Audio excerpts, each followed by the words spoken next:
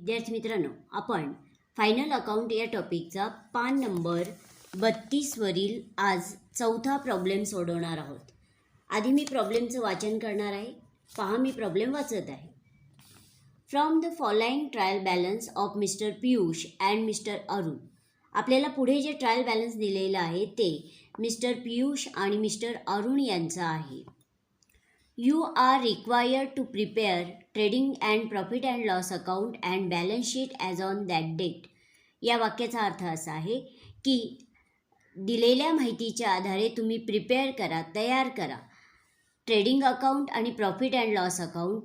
शिवाय balance sheet हे त्याच दिवसाचं म्हणजे 31 मार्च 2019 रोजीचं तयार करा, अशी इन्फॉर्मेशन त्यांनी आपल्याला दिलेली आहे.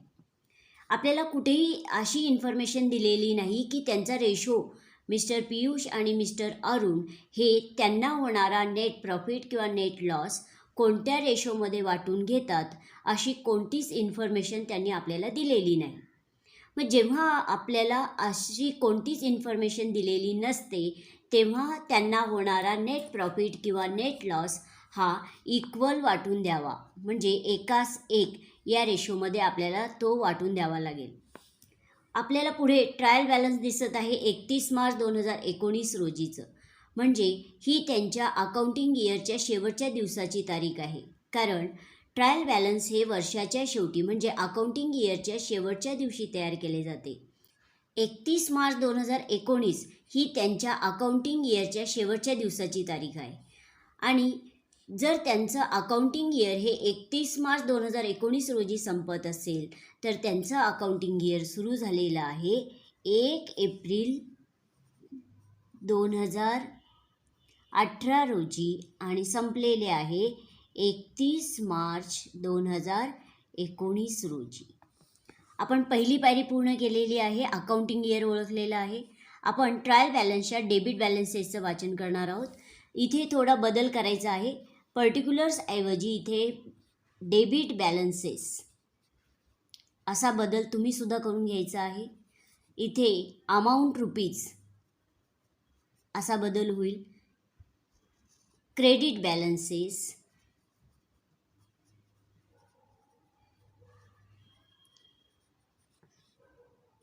अमाऊंट रुपीज असा बदल करून घ्यायचा आहे.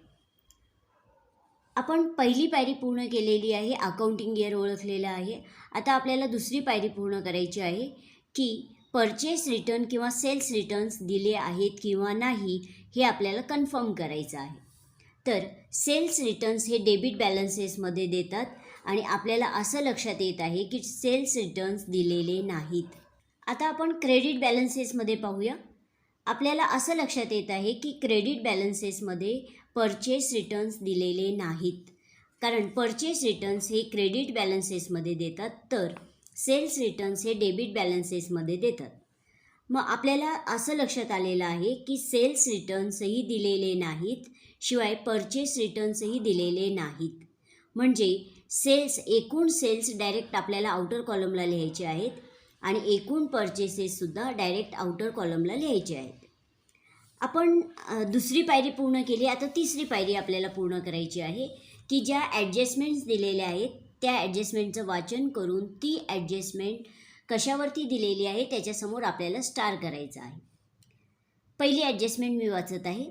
Stock on hand on 31 March 2019 was cost price ₹40,000 and market price ₹35,000. ही क्लोजिंग स्टॉकची ॲडजस्टमेंट आहे आणि क्लोजिंग स्टॉक या ॲडजस्टमेंटचा स्टार ट्रायल बॅलन्समध्ये कुठेही येत नाही. ही ॲडजस्टमेंट आपण स्वतंत्र सोडवत असतो. चला, आता दुसरी ॲडजस्टमेंट मी वाचत आहे. Interest on fixed deposit ₹1,200 is still receivable. आपल्याला फिक्स्ड डिपॉझिटवरती ₹1,200 इंटरेस्ट मिळणार आहे किंवा मिळालेला आहे किंवा प्राप्त होणार आहे असा अर्थ आहे. मग फिक्स्ड डिपॉझिटच्या समोर आपण स्टार करूया ट्रायल बॅलन्समध्ये. त्यानंतर तिसरी adjustment. Provide RDD at 2.5% on sundry debtors. सन्ड्रीचा अर्थ होतो विविध किंवा एकूण. डेटर्स म्हणजेच कस्टमर्स म्हणजेच ग्राहक आपल्या ग्राहकांकडून आपल्याला 2.5% रक्कम येणार नाही असा संशय आहे. रिझर्व्ह फॉर डाऊटफुल डेब्ट्स म्हणजे ते RDD आहेत. डेटर्सच्या समोर स्टार करूया, याचा अर्थ डेटर्सवरती ॲडजस्टमेंट आहे. आपण पुढील ॲडजस्टमेंटचं वाचन करूया. पहा, चौथी ॲडजस्टमेंट आहे डेप्रिसिएट फर्निचर बाय 5%. फर्निचरची किंमत 5% कमी झाली आहे. मग आपल्याला फर्निचरच्या समोर स्टार करावं लागेल. ट्रायल बॅलन्समध्ये आपल्याला डेबिट बॅलन्सेसमध्ये फर्निचर दिलेले आहेत आणि फर्निचरच्या समोर आपण स्टार करूया. त्यानंतर पाचवी ॲडजस्टमेंट मी वाचत आहे. Goods of ₹8,000 destroy by fire and insurance company admitted a claim of ₹6,000 only. या ॲडजस्टमेंटचा स्टार ट्रायल बॅलन्समध्ये कुठेही येत नाही. ही ॲडजस्टमेंट स्वतंत्र सोडवायची आहे आपल्याला आणि जेव्हा आपण प्रत्यक्षात ही ॲडजस्टमेंट सोडवणार आहोत तेव्हा या ॲडजस्टमेंटचं विश्लेषण मी सविस्तर सांगणार आहे. आपण तिसरी पायरीसुद्धा पूर्ण केलेली आहे. आता प्रत्यक्षात आपण पोस्टिंगला सुरुवात करत आहोत. ट्रायल बॅलन्सच्या डेबिट बॅलन्सेसपासून आपण सुरुवात करूया. ट्रायल बॅलन्सच्या डेबिट बॅलन्सेसमध्ये सुरुवातीला दिलेले आहेत स्टॉक 1/4/2018 रोजीचे ₹30,800. हे ओपनिंग स्टॉक आहेत, म्हणजे त्यांच्या अकाउंटिंग इयरच्या पहिल्याच दिवशी त्यांच्याकडे असलेला मालाचा साठा, कारण त्यांचं अकाउंटिंग इयर सुरू झालेलं आहे 1 एप्रिल 2018 रोजी. मग त्या पहिल्या दिवशी असलेला त्यांचा मालाचा साठा म्हणजेच ओपनिंग स्टॉक आहेत ते, आणि ते घेऊया ट्रेडिंग अकाउंटच्या डेबिट साईडला to opening stock. Direct outer कॉलमला ₹30,800. आपण पुन्हा ट्रायल बॅलन्समध्ये पाहूया. ओपनिंग स्टॉक नंतर आहेत परचेसेस. इथे प्रिंटिंग मिस्टेक आहे, सॅलरीज हे खोडायचं आहे. परचेसेस आहेत ₹80,000 आणि परचेसेस येतात ट्रेडिंग अकाउंटच्या डेबिट साईडला डायरेक्ट आउटर कॉलमला, कारण परचेस रिटर्न्स दिलेले नाहीत. ट्रेडिंग अकाउंटच्या डेबिट साईडला टू परचेसेस डायरेक्ट आउटर कॉलमला ₹80,000. जर आपल्याला परचेस रिटर्न्स दिले असते तर आपण ₹80,000 इनर कॉलमला लिहिले असते आणि त्यातून परचेस रिटर्न लेस केले असते. चला आपण पुन्हा ट्रायल बॅलन्समध्ये पाहूया. परचेसेस नंतर आहेत सॅलरीज ₹5,000 आणि सॅलरीज येतात प्रॉफिट अँड लॉस अकाउंटच्या डेबिट साईडला डायरेक्ट आउटर कॉलमला, कारण त्याच्यासमोर स्टार नाही, याचा अर्थ त्यावरती ॲडजस्टमेंट नाही. सॅलरीज प्रॉफिट अँड लॉस अकाउंटच्या डेबिट साईडला, पण ट्रेडिंग अकाउंटसाठी एक 7-8 ओळी जागा सोडणार आहोत आपण. त्याच्या पुढे टू सॅलरीज डायरेक्ट आउटर कॉलमला ₹5,000. आपण पुन्हा ट्रायल बॅलन्समध्ये पाहूया. सॅलरीज नंतर वेजेस आहेत ₹7,500 आणि वेजेस येतात ट्रेडिंग अकाउंटच्या डेबिट साईडला डायरेक्ट आउटर कॉलमला लिहूया ₹7,500. ट्रेडिंग अकाउंटच्या डेबिट साईडला टू वेजेस डायरेक्ट आउटर कॉलमला ₹7,500. वेजेस नंतर आहेत कॅरेज. फक्त कॅरेज म्हणलेले आहेत. कॅरेज इनवर्ड आहेत की कॅरेज आउटवर्ड हे आपल्याला काही समजत नाही. मग जेव्हा आपल्याला ट्रायल बॅलन्समध्ये फक्त कॅरेज देतात ते कॅरेज इनवर्ड असतात आणि कॅरेज इनवर्ड येतात ट्रेडिंग अकाउंटच्या डेबिट साईडला. ट्रेडिंग अकाउंटच्या डेबिट साईडला टू कॅरेज डायरेक्ट आउटर कॉलमला ₹3,000. कॅरेज हा वाहतुकीचा खर्च आहे की जेव्हा आपण कच्चा माल स्टेशनपासून किंवा बंदरापासून किंवा बसस्थानकापासून आपल्या कारखान्यापर्यंत किंवा आपल्या गोदामापर्यंत किंवा आपल्या दुकानापर्यंत तो माल आणणार आहोत, त्यासाठी आपण वाहतुकीवर जो खर्च केलेला आहे तो खर्च म्हणजेच कॅरेज, आणि हा जो कॅरेज आहे तो वाहतुकीचा खर्च आहे, कॅरेज इनवर्ड. आपण पुन्हा ट्रायल बॅलन्समध्ये पाहूया. कॅरेज नंतर आहेत रॉयल्टीज 2,500 रुपये आणि रॉयल्टीज याचा अर्थ होतो अधिकार शुल्क आणि रॉयल्टीज येतात ट्रेडिंग अकाउंटच्या डेबिट साईडला टू रॉयल्टीज डायरेक्ट आउटर कॉलमला 2,500 रुपये.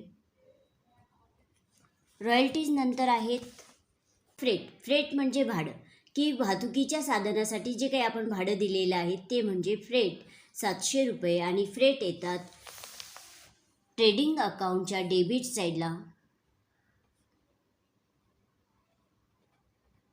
डायरेक्ट आउटर कॉलमला 700 रुपये. आपण पुन्हा ट्रायल बॅलन्समध्ये पाहूया. फ्रेट नंतर आहेत प्रिंटिंग अँड स्टेशनरी 1,050 रुपये आणि प्रिंटिंग अँड स्टेशनरी येतात profit and loss अकाउंटच्या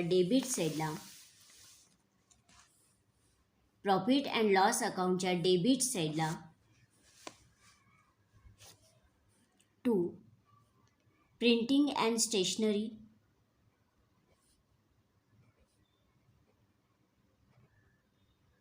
direct outer कॉलमला 1,050 रुपये. आपण पुन्हा ट्रायल बॅलन्समध्ये पाहूया. प्रिंटिंग अँड स्टेशनरी नंतर दिसत आहेत सन्ड्री डेटर्स 43,000 रुपये. सन्ड्रीचा अर्थ होतो विविध किंवा एकूण. डेटर्स म्हणजेच कस्टमर्स की आपल्या कस्टमर्स म्हणजेच ग्राहकांकडून आपल्याला एकूण येणं दिसत आहे 43,000 रुपये. आणि सन्ड्री डेटर्स ही ॲसेट आहे म्हणून त्याचं पोस्टिंग आपण ॲसेट साईडला करणार आहोत पण इनर कॉलमला, कारण त्याच्यासमोर स्टार आहे याचा अर्थ त्यावरती ॲडजस्टमेंट आहे. आधी आपण पोस्टिंग करूया. बॅलन्स शीटच्या ॲसेट साईडला सन्ड्री डेटर्स, इनर कॉलमला 43,000 रुपये. त्यावरती ॲडजस्टमेंट आहे. आपण पाहूया बरं त्यावरती कोणती ॲडजस्टमेंट आहे. तर तिसरी, provide RDD at 2.5% on sundry debtors की आपले जे ग्राहक आहेत कस्टमर्स आहेत त्यांच्याकडून 2.5% रक्कम येणार नाही असा आपल्याला संशय आहे. मग आपल्याला गणित करावं लागेल. डेटर्सकडून येणं आहे 43,000 रुपये. 43,000 रुपयांपैकी आपल्याला 2.5% रक्कम येणार नाही असा संशय आहे. गुणिले 2.5 भागिले 100 असा भागाकार गुणाकार केल्यानंतर जे काही उत्तर येईल ते आलेलं आहे 1,075 रुपये. म्हणजे आपल्याला संशय आहे की 1,075 रुपये येणार नाहीत. मग येणार नाहीत म्हणून ते आपल्याला डेटर्समधून लेस करावे लागतील. पहा, डेटर्स यांच्याकडून एकूण येणं आहे 43,000 रुपये. त्यातील 2.5% रक्कम येणार नाही, लेस 2.5% RDD. ते येणार नाहीत म्हणून आपण ते लेस करणार आहोत 1,075 रुपये. आपण आताच ते कॅल्क्युलेट केले, लेस करून आउटरला घेऊया.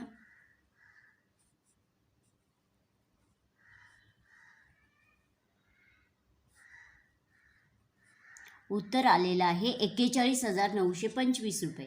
याचा अर्थ आता ग्राहकांकडून आपल्याला येणं आहे 41,925 रुपये. हा झाला RDDचा फर्स्ट इफेक्ट. प्रत्येक ॲडजस्टमेंटचे आपल्याला 2 इफेक्ट लिहावे लागतात. आता 1,075 रुपयांचा सेकंड इफेक्ट आपल्याला घ्यावा लागेल प्रॉफिट अँड लॉस अकाउंटच्या डेबिट साईडला टू RDD. आणि जेव्हा आपल्याला ॲडजस्टमेंटमध्ये RDD देतात ते न्यू असतात आणि न्यू RDD हे प्रॉफिट अँड लॉस अकाउंटच्या डेबिट साईडला घ्यावेत. आणि उत्तर आहे 1,075 रुपये.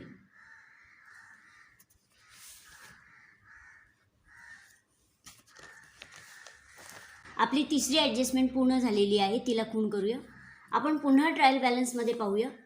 सन्ड्री डेटर्स नंतर आहेत फर्निचर 20,200 रुपये आणि फर्निचर ही सुद्धा ॲसेट आहे. त्याचं पोस्टिंग आपण ॲसेट साईडला करणार आहोत पण इनर कॉलमला, कारण त्याच्यासमोर स्टार आहे याचा अर्थ त्यावरती ॲडजस्टमेंट आहे. बॅलन्स शीटच्या ॲसेट साईडला फर्निचर, इनर कॉलमला 20,200 रुपये. इनर कॉलमला यासाठी घेतलेले आहेत कारण त्यावरती ॲडजस्टमेंट आहे. मग आपण ती ॲडजस्टमेंट कोणती ते लगेच अभ्यासूया. फर्निचरवरती ॲडजस्टमेंट आपल्याला दिलेली आहे. पहा, ॲडजस्टमेंट आहे चौथी, डेप्रिसिएट फर्निचर बाय 5%. फर्निचरची किंमत 5% कमी झाली आहे. मग आधी आपल्याला गणित करावं लागेल. फर्निचरची किंमत होती वर्षाच्या सुरुवातीला 20,200 रुपये, पण आता तिची किंमत म्हणजे वर्षाच्या शेवटी तिची किंमत 5% कमी झालेली दिसत आहे. मग आपल्याला गणित करावं लागेल. 20,200 गुणिले 5 भागिले 100 असा भागाकार गुणाकार केल्यानंतर जे काही उत्तर आलेलं आहे ते म्हणजे 1,010 रुपयांनी त्या ॲसेटची किंमत कमी झालेली आहे. 1,010 रुपये आपल्याला फर्निचरमधून लेस करावे लागतील. लेस 5% डेप्रिसिएशन. इनर कॉलमला 1,010 रुपये लेस करून आउटरला घेऊया.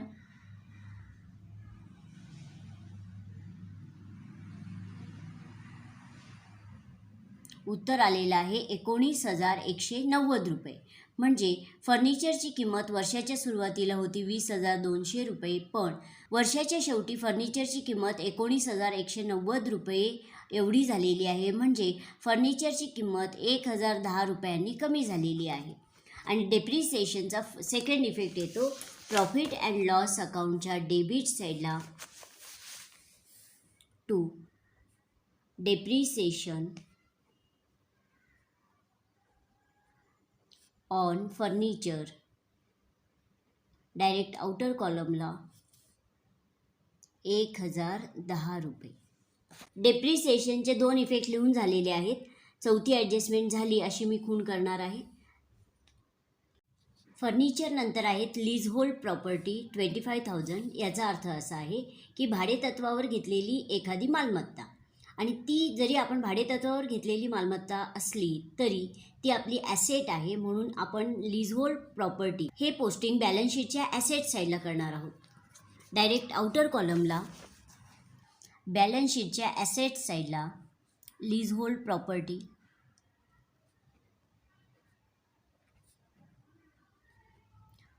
डायरेक्ट आउटर कॉलमला 25,000 रुपये. आपण पुन्हा ट्रायल बॅलन्समध्ये पाहूया. लीज होल्ड प्रॉपर्टी नंतर आहेत इन्व्हेस्टमेंट 15,000 रुपये. इन्व्हेस्टमेंट म्हणजे गुंतवणूक, की आपण त्या वर्षी 15,000 रुपये गुंतवणूक केलेली आहे. आणि इन्व्हेस्टमेंट ही सुद्धा ॲसेट आहे. त्याचं पोस्टिंग आपण ॲसेट साईडला करणार आहोत. बॅलन्स शीटच्या ॲसेट साईडला इन्व्हेस्टमेंट. डायरेक्ट आउटर कॉलमला 15,000 रुपये. आपण पुन्हा ट्रायल बॅलन्समध्ये पाहूया. इन्व्हेस्टमेंट नंतर आहे ट्रॅव्हलिंग एक्सपेन्सेस 3,450 रुपये. याचा अर्थ प्रवास खर्च. त्या वर्षी आपल्याला प्रवास खर्च आलेला आहे 3,450 रुपये. आणि ट्रॅव्हलिंग एक्सपेन्सेस येतात प्रॉफिट अँड लॉस अकाउंटच्या डेबिट साईडला. प्रॉफिट अँड लॉस अकाउंटच्या डेबिट साईडला. To travelling expenses. Direct outer कॉलमला 3,450 रुपये. आपण पुन्हा ट्रायल बॅलन्समध्ये पाहूया. ट्रॅव्हलिंग एक्सपेन्सेस नंतर आहेत ॲडव्हर्टाइजमेंट ₹30,000. जाहिरातीचा खर्च त्यावर्षी आपण केलेला आहे एकूण 30,000 रुपये. पण आपल्याला कंसामध्ये माहिती अशी दिलेली आहे की जे 30,000 रुपये जाहिरातीचा खर्च आहे ते 3 वर्षांचे आहेत. म्हणजे आपण फायनल अकाउंट फक्त एकाच वर्षाचं तयार करत असतो, पण आपण जाहिरातीचा जो खर्च आहे तो 3 वर्षांचा पेड केलेला आहे. म्हणजे चालू वर्षाचा पेड केलेला आहे प्लस पुढील वर्षाचा केलेला आहे, आणि त्या पुढील वर्षाचाही आपण जाहिरातीचा खर्च याच वर्षी पेड केलेला आहे. फायनल अकाउंट तयार करण्यासाठी आपल्याला फक्त एका वर्षाचा जाहिरातीचा खर्च विचारात घ्यावा लागणार आहे. आधी आपण पोस्टिंग करूया. ॲडव्हर्टाइजमेंट 30,000 रुपये प्रॉफिट अँड लॉस अकाउंटच्या डेबिट साईडला इनर कॉलमला, कारण ही हिडन ॲडजस्टमेंट आहे.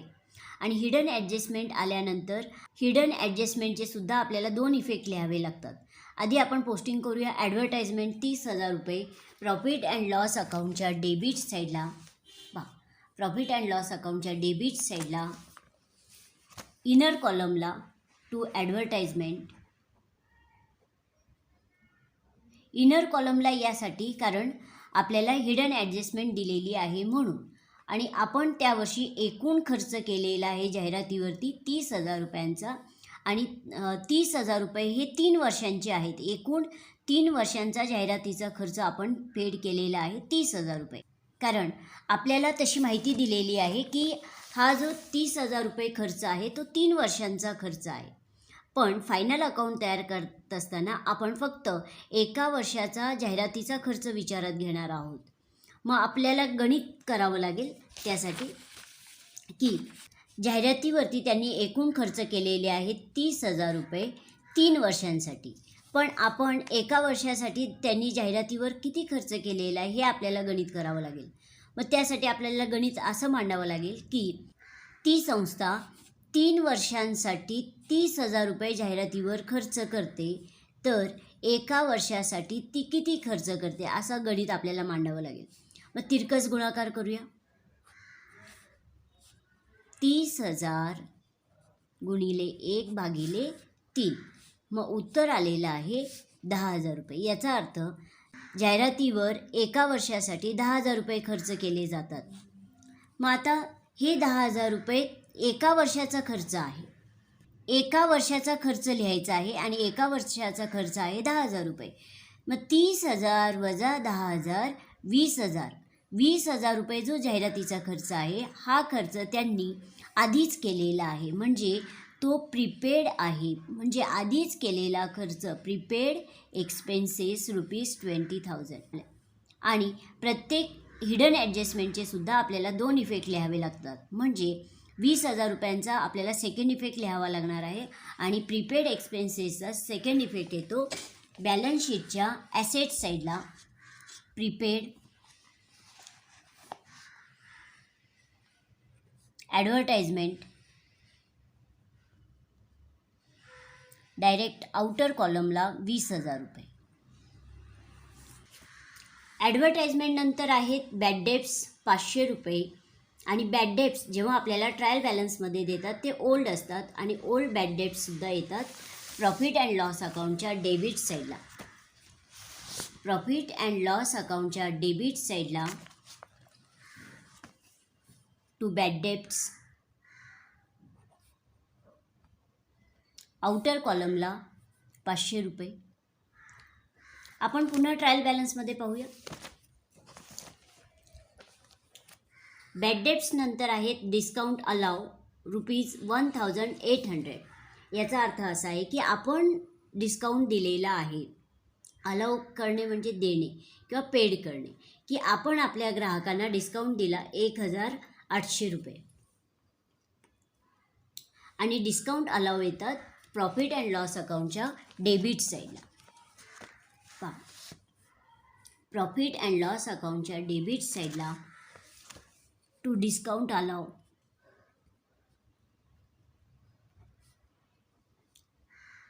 डायरेक्ट आउटर कॉलमला 1,800 रुपये. डिस्काउंट अलाव नंतर आहेत कॅश इन हँड 7,000 रुपये. कॅश इन हँड ही ॲसेट आहे म्हणून त्याचं पोस्टिंग आपण बॅलन्स शीटच्या ॲसेट साईडला करणार आहोत. पहा, बॅलन्स शीटच्या ॲसेट साईडला cash in hand. Cash in hand याचा अर्थ असा होतो की वर्षाच्या शेवटी आपल्या हातामध्ये एवढी कॅश शिल्लक आहे असा अर्थ होतो. आणि अमाऊंट आहे 7,000 रुपये. आपण पुन्हा ट्रायल बॅलन्समध्ये पाहूया. कॅश इन हँड नंतर आहेत कॅश ॲट बँक 20,000 रुपये. कॅश ॲट बँक याचा अर्थ असा होतो की वर्षाच्या शेवटी आपल्या बँकेच्या खात्यामध्ये एवढी रक्कम शिल्लक आहे. आणि कॅश ॲट बँकसुद्धा ॲसेट आहे म्हणून त्याचं पोस्टिंग आपण ॲसेट साईडला करणार आहोत डायरेक्ट आउटर कॉलमला. पहा, बॅलन्स शीटच्या ॲसेट साईडला cash at bank direct outer कॉलमला 20,000 रुपये. पुन्हा आपण ट्रायल बॅलन्समध्ये पाहूया. कॅश ॲट बँक नंतर आहेत फिक्स्ड डिपॉझिट्स ₹15,000. आपण त्या वर्षी फिक्स्ड डिपॉझिट केलेले आहेत 15,000 रुपये आणि फिक्स डिपॉझिट ही ॲसेट आहे म्हणून त्याचं पोस्टिंग आपण ॲसेट साईडला करणार आहोत, पण इनर कॉलमला, कारण त्याच्यासमोर स्टार आहे याचा अर्थ त्यावरती ॲडजस्टमेंट आहे. आधी आपण पोस्टिंग करूया. बॅलन्स शीटच्या ॲसेट साईडला फिक्स डिपॉझिट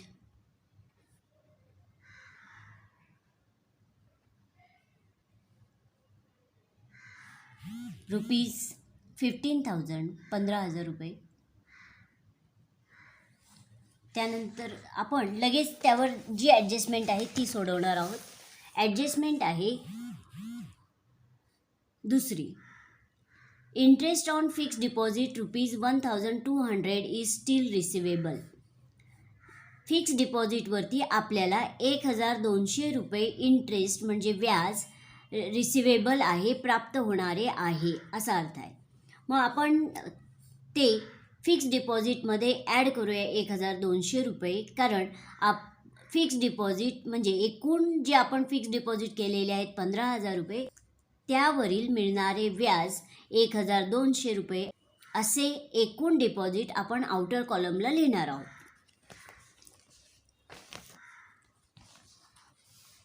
फिक्स डिपॉझिटमध्ये ते ॲड करूया आपण. ॲड इंटरेस्ट रिसिवेबल ₹1,200 ॲड करून आउटरला लिहूया. उत्तर आलेलं आहे ₹16,200. म्हणजे व्याजासह आपलं फिक्स डिपॉझिट ₹16,200 आहे असा अर्थ आहे. आणि ₹1,200 हा झाला फर्स्ट इफेक्ट. सेकंड इफेक्ट आपल्याला घ्यावा लागणार आहे, कारण प्रत्येक ॲडजस्टमेंटचे आपल्याला 2 इफेक्ट लिहावे लागतात. आता फिक्स डिपॉझिटवरती आपल्याला इंटरेस्ट मिळालेले आहे किंवा मिळणारे आहे ₹1,200. मग आपलं ते इन्कम आहे किंवा आपला तो फायदा आहे, म्हणून त्याचा सेकंड इफेक्ट घेऊया. प्रॉफिट अँड लॉस अकाउंटच्या क्रेडिट साईडला पहा. प्रॉफिट अँड लॉस अकाउंटच्या क्रेडिट साईडला एक ओळ जागा सोडून ग्रॉस प्रॉफिटसाठी by interest on fix deposit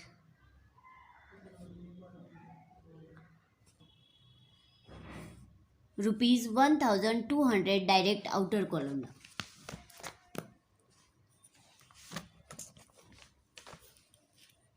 आपली दुसरी ॲडजस्टमेंट पूर्ण झालेली आहे, तिला खूण करूया. आपण पुन्हा ट्रायल बॅलन्समध्ये पाहूया. आपल्याला असं लक्षात येत आहे की ट्रायल बॅलन्सच्या डेबिट बॅलन्सेसचं पूर्ण पोस्टिंग झालेलं आहे. आपण पुढील तासाला क्रेडिट बॅलन्सेसचं पोस्टिंग करणार आहोत. शिवाय ज्या काही ॲडजस्टमेंट आहेत उर्वरित त्याही सोडवणार आहोत. धन्यवाद.